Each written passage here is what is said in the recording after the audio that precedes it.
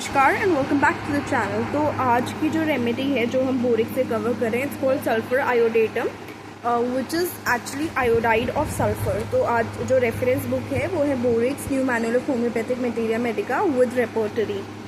तो ये iodide of sulphur से बनी हुई रेमेडी है और इसका क्या यूज़ आता है ये देखते हैं। ऑब्स्टिनेट स्किन इन्फेक्शंस, यानी जो ठीक ही नहीं हो रहे हैं, हठी हैं, दुराग्रही हैं। ऑब्स्टिनेट का लिटरल मीनिंग होता है कि refusing to change your opinions और the way of behaving etcetera when people try to persuade you. और यहाँ पे इसका मीनिंग हुआ कि आफ्टर मैनी ट्रीटमेंट भी जो ठीक ही नहीं हो रहे, इस काइंड के स्किन इन्फेक्शंस में ये रेमेडी यूज होती है। Notably in barber's itch and hyperaemia. Barber's itch क्या है, जिसको टीनिया बार्बे भी कहते हैं, एक फंगल इन्फेक्शन है that affects the hair follicles in the beard and moustache area. तो वहाँ की जो इच है वो ठीक ही नहीं हो रही है, उस केस में सल्फर आयोडेटम को यूज़ कर सकते हैं। अगेन पूरी रेमेडी पिक्चर मैच करनी है पेशेंट पिक्चर के साथ। उसके बाद हाइपरीमिया के केस में जहाँ पे इंक्रीज इन ब्लड फ्लो होता है to a particular area of the body causing an excess of blood in the vessels, यानी कहीं पूरा लाल हो जाना, और हो सकता है वहाँ पे खुजली हो या ना हो, वो एक सेकेंडरी चीज़ है, लेकिन पूरा लाल रैश पड़ जाते हैं एक तरीके के, वहाँ पे वो ठीक ही नहीं हो रहे हैं, तो उस केस में आप इसे यूज़ कर सकते हैं। Weeping eczema.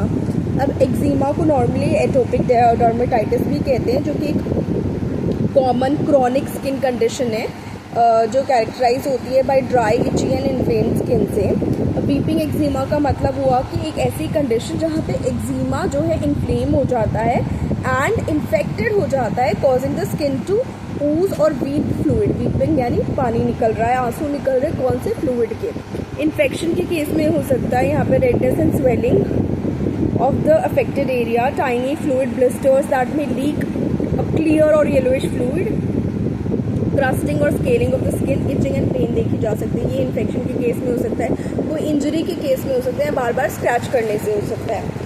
अब थ्रोट में क्या होता है, यूविला एंड टॉन्सिल्स एनलार्ज एंड रेडेंड। यूविला जो है और टॉन्सिल एनलार्ज और रेड हो जाता है।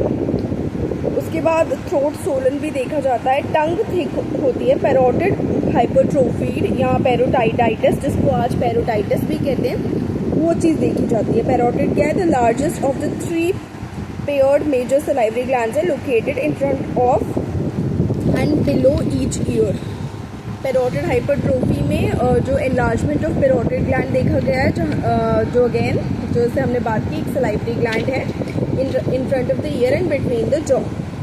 अब पैरोटाइटाइटिस या पैरोटाइटिस भी कहते हैं जिसको, वो inflammation of the parotid glands को रेफर करता है।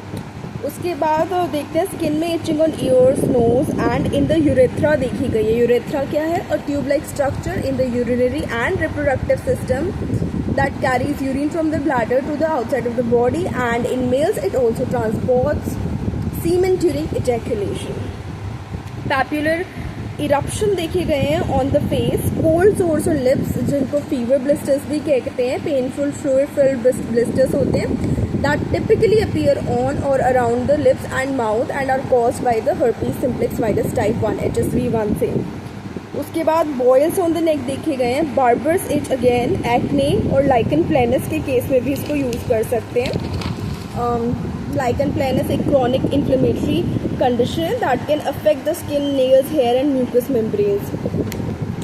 आर्म्स जो है covered with an itching rash, ये देखा गया है। Hair feels as if erect, यानी as if they standing straight up, और सीधा खड़े हुए ऐसे बाल लगते हैं। और जो डोज रिकमेंडेड है by Boericke, it is start with third trituration, तो उससे शुरू कर सकते हैं, बाकी क्लिनिकल एक्सपीरियंसेस वेरी करते हैं। तो इन शॉर्ट ये ऑब्स्टिनेट स्किन इन्फेक्शंस के लिए बहुत अच्छा काम कर सकती है remedy. So that's it for sulphur iodatum from Boericke, and please like the video, share the video, subscribe to the channel, and do not forget to hit the bell icon. Thank you so much.